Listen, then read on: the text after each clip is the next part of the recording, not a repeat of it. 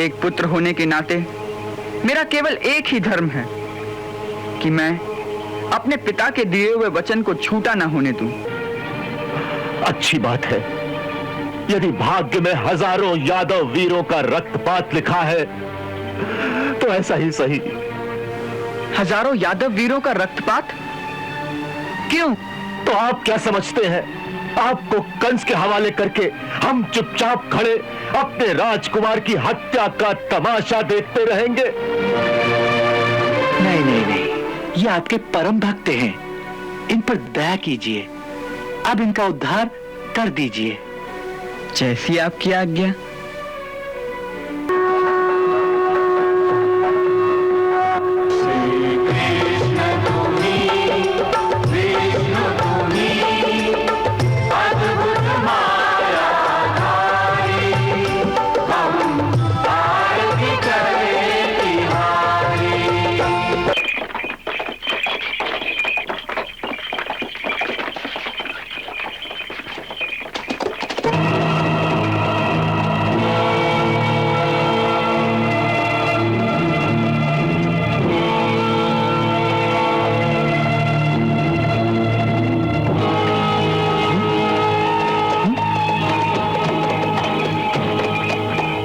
ये सब कौन है अक्रूर जी? ये अपने ही साथी हैं, सुरक्षा के लिए अपने साथ आए हैं। सुरक्षा? किससे? कंस के सैनिकों से। उसकी नीयत में खोट है। हो सकता है कि उसने ऐसी योजना बनाई हो कि मथुरा पहुंचने से पहले ही उसके सैनिक रास्ते में घेर कर हमें मार डालें। इसीलिए हमने उससे भी बचने का प्रबंध कर रखा है। परंतु ये मुट्ठी भर लोग सेना का सामना कर सकेंगे? ये मुट्ठी भर नहीं है।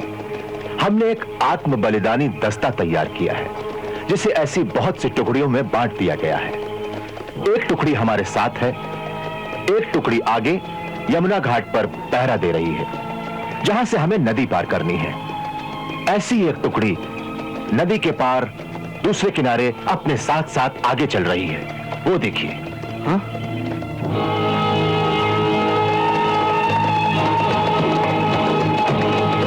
वो किस लिए? ताकि यदि हम पर कहीं रास्ते में ही हमला हो जाए तो हम वहीं से आप दोनों को नदी पार भेज देंगे और वो लोग वहां आपकी सहायता के लिए उपस्थित होंगे। नदी पार क्या तैर के करेंगे? फिर तो हम अभी से कपड़े उतार कर लंगोट बांध लें। नहीं नहीं नहीं, उसकी आवश्यकता नहीं है। रास्ते में जगह जगह एक एक नाव छुपा कर रखी हुई है, वो देखिए।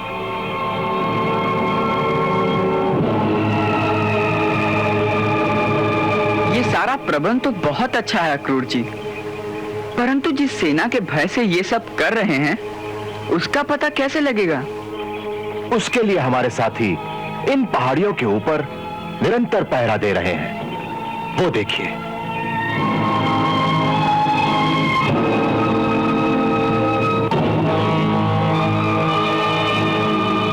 इन पहाड़ियों के उस ओर कंस के सैनिक हैं। हमारे साथी उनकी गतिविधियों पर नजर रखे हुए हैं। कोई खतरे की बात देखेंगे तो उनके हाथ में जो पताका है उसका रंग बदल जाएगा। वाह काका, क्या तैयारी की है आपने? मान गए हम आपकी सुरक्षा प्रणाली को। आप सचमुच यादवों के प्रमुख सेनापति होने के योग्य हैं। आपकी तो जितनी प्रशंसा की जाए कम ही होगी।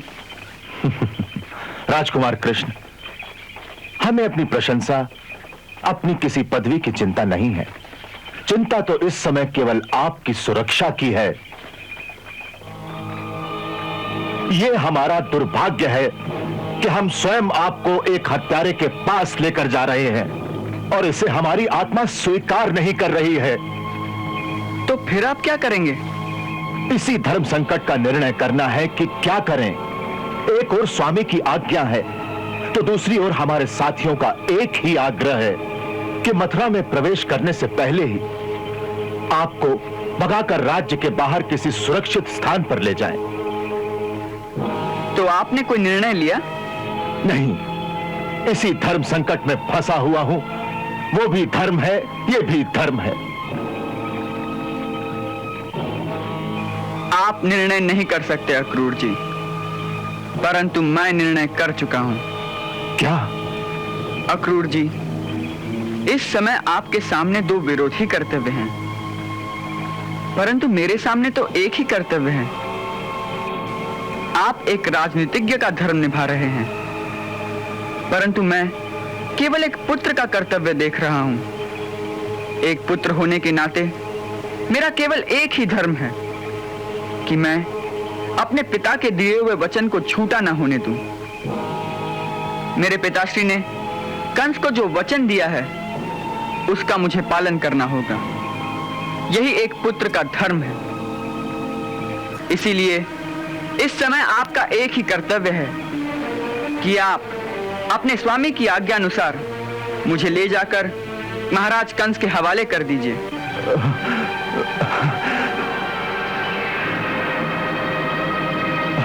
ये भाग्य की कैसी विडंबना है प्रभु। अच्छी बात है, यदि भाग्य में हजारों यादव वीरों का रक्तपात लिखा है तो ऐसा ही सही। हजारों यादव वीरों का रक्तपात? क्यों? तो आप क्या समझते हैं, आपको कंस के हवाले करके हम चुपचाप खड़े अपने राजकुमार की हत्या का तमाशा देखते रहेंगे? नहीं राजकुमार, नहीं। एक बार आपको उसके सामने खड़ा कर दूं, बस इतने में ही हमारे स्वामी का वचन पूरा हो जाता है। तत्पश्चात उसकी तलवार निकलने से पहले ही हमारे छुपे हुए यादव वीरों की तलवारें बिजली की तरह एक साथ लपक पड़ेंगी। फिर जो घमासान युद्ध होगा उसमें केवल लाशें ही लाशें होंगी। परंतु हमारे यादव वीर अपनी लाशों के ऊपर से आप दोनों को बचाकर निकाल ले जाएंगे, इसका मुझे पूर्ण विश्वास है और आप भी इसका विश्वास कीजिए।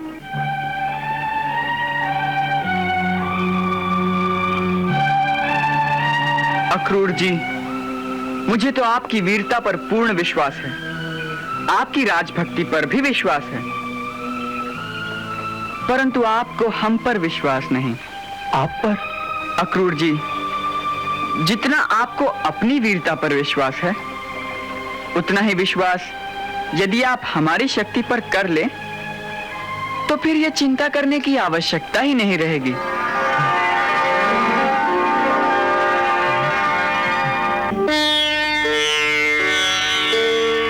राजकुमार कृष्ण, यही बात मुझे महामुनि गर्ग ने भी एक बार कही थी, परंतु हम कर्मयोगी हैं, अंधविश्वासी नहीं। हमारा जो कर्तव्य है उसी का पालन करना हमारा धर्म है, वही हमें करने दीजिए। इसी में हमारी सहायता कीजिए प्रभु, सहायता कीजिए। बड़ी सुंदर बात कही आपने अक्रूर जी। अच्छा, आप वही कीजिए जिसे आपकी आत्मा स्वीकार करे। हम वचन देते हैं कि आप जो कहेंगे हम वही करेंगे। नहीं नहीं नहीं, आप हमारे स्वामी हैं, ये क्या कह रहे हैं आप? अपने कर्मयोगी काका को प्रणाम कर रहा हूं अक्रूर जी।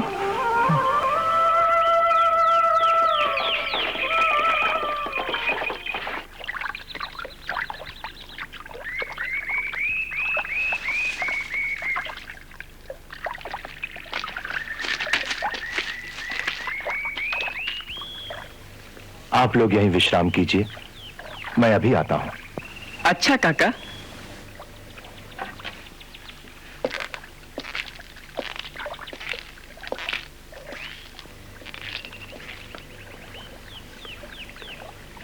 क्या सोचना है? हमारी चौथी टुकड़ी के घुड़सवार अभी यमुना पार की चौकी पर नहीं पहुंचे।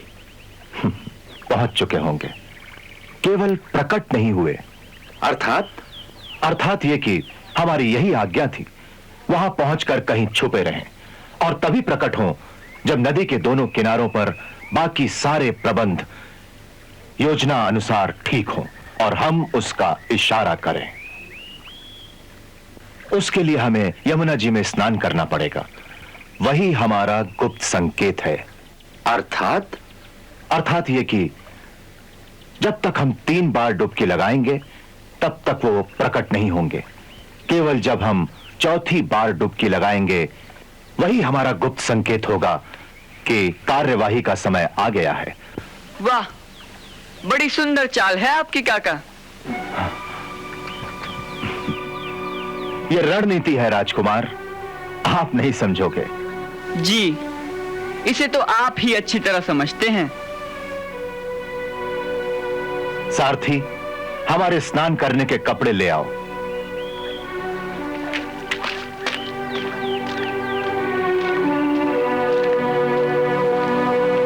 अक्रूर जी ने तो बड़ी लंबी चौड़ी योजना बना रखी है दाऊ भैया।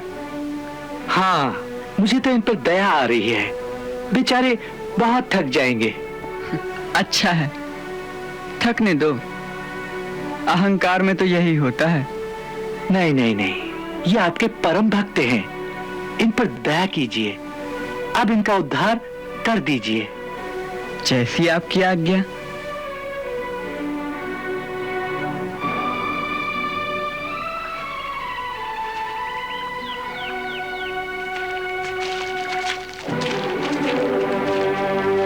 आप लोग यहीं रुकिए, मैं गुप्त संकेत देकर आता हूं। जी।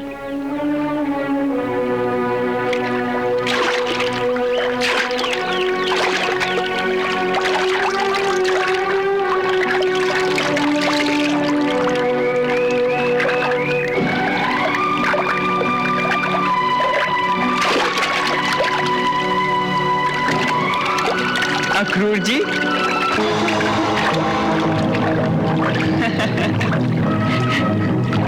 आप यहाँ क्या कर रहे हैं?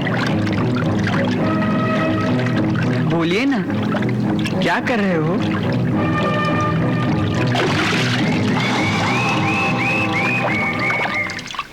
काका, क्या बात है?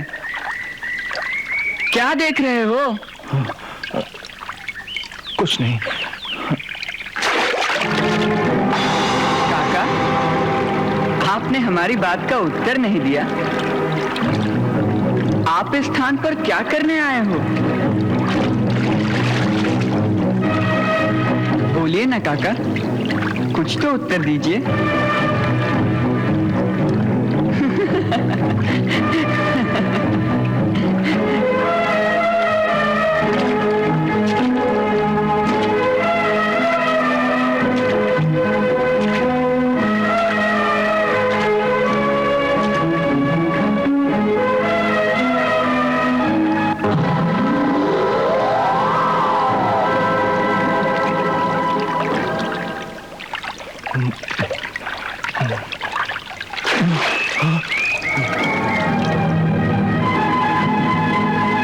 काका, इतने घबराए हुए क्यों हो? क्या बात है? वो नहीं नहीं,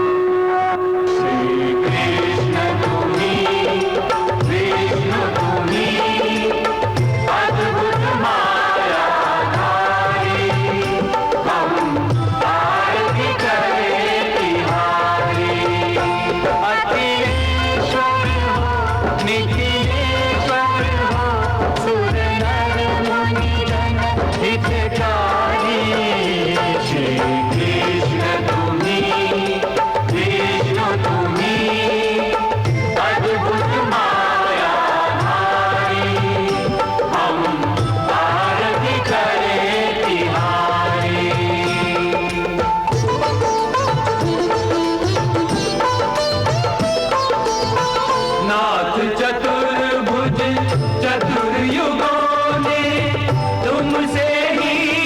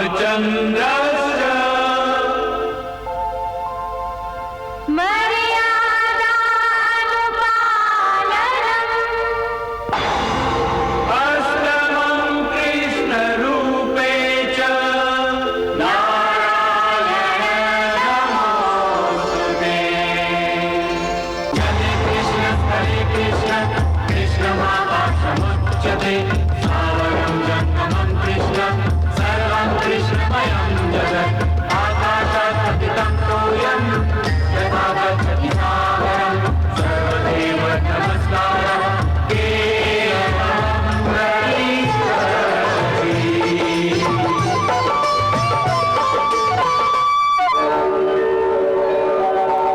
हे महात्मा, हम तुमसे अति प्रसन्न हैं। बहुत काल से हमारी सुरक्षा की चिंता के कारण तुम्हारे हृदय में केवल हमारा ही ध्यान था, हमारा ही चिंतन था। यह अवस्था बड़े बड़े योगियों को भी सहज में प्राप्त नहीं होती कि उनके हृदय में प्रति क्षण केवल हमारा ही अखंड ध्यान रहे। यह अवस्था तुम्हें अपने पूर्व जन्मों की तपस्या और गुरु कृपा से प्राप्त हुई है, जिसके फलस्वरूप आज तुम्हें हमारे वो दुर्लभ दर्शन प्राप्त हुए हैं जो कोटि कोटि युगों में किसी विरले जीव को ही प्राप्त होते हैं।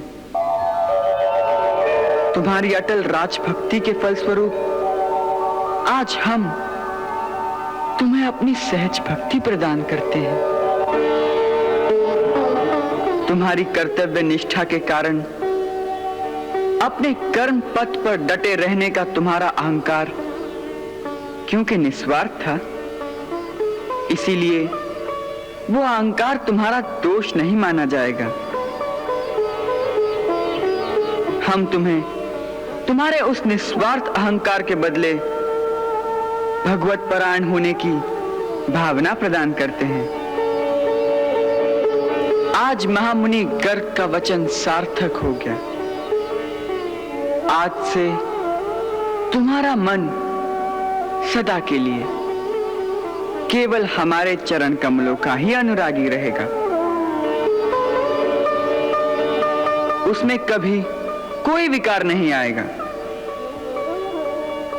तुम एक सच्चे कर्म योगी की भांति संसार के समस्त कर्म करते रहोगे, परंतु वो सारे कर्म भगवत पूजा के समान ही मोक्षदायक होंगे। तथास्तु।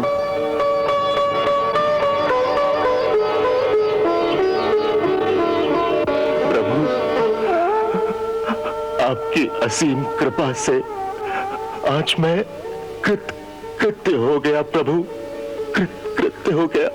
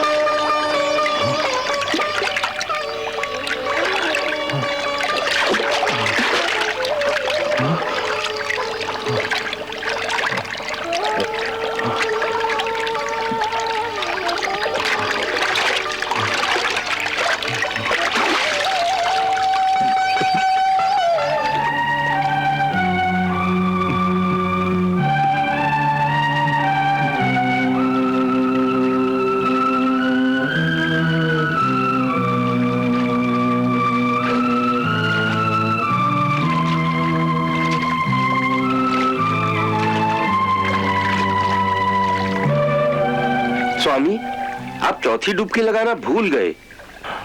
अब चौथी डुबकी की आवश्यकता नहीं रही। परंतु कुछ नहीं, सारे काम ठीक हो गए सारे काम। सुनो, सब साथियों से कह दो कि अब चिंता करने की कोई बात नहीं। जो सबकी रक्षा करता है, उसकी रक्षा के लिए हमें चिंता करने की आवश्यकता नहीं। प्रभु, हमें चिंता नहीं करनी चाहिए, हमें चिंता नहीं करनी चाहिए।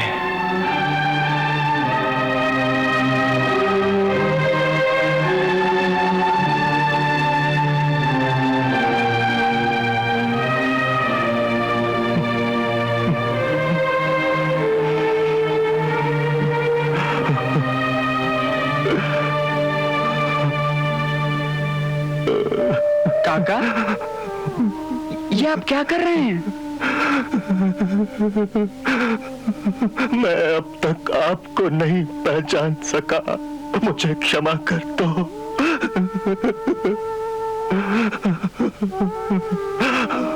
मुझे क्षमा कर उठिए दो क्रूर प्रभु, जी। मुझे क्षमा कर दो। उठिए क्रूर जी, उठिए, उठिए।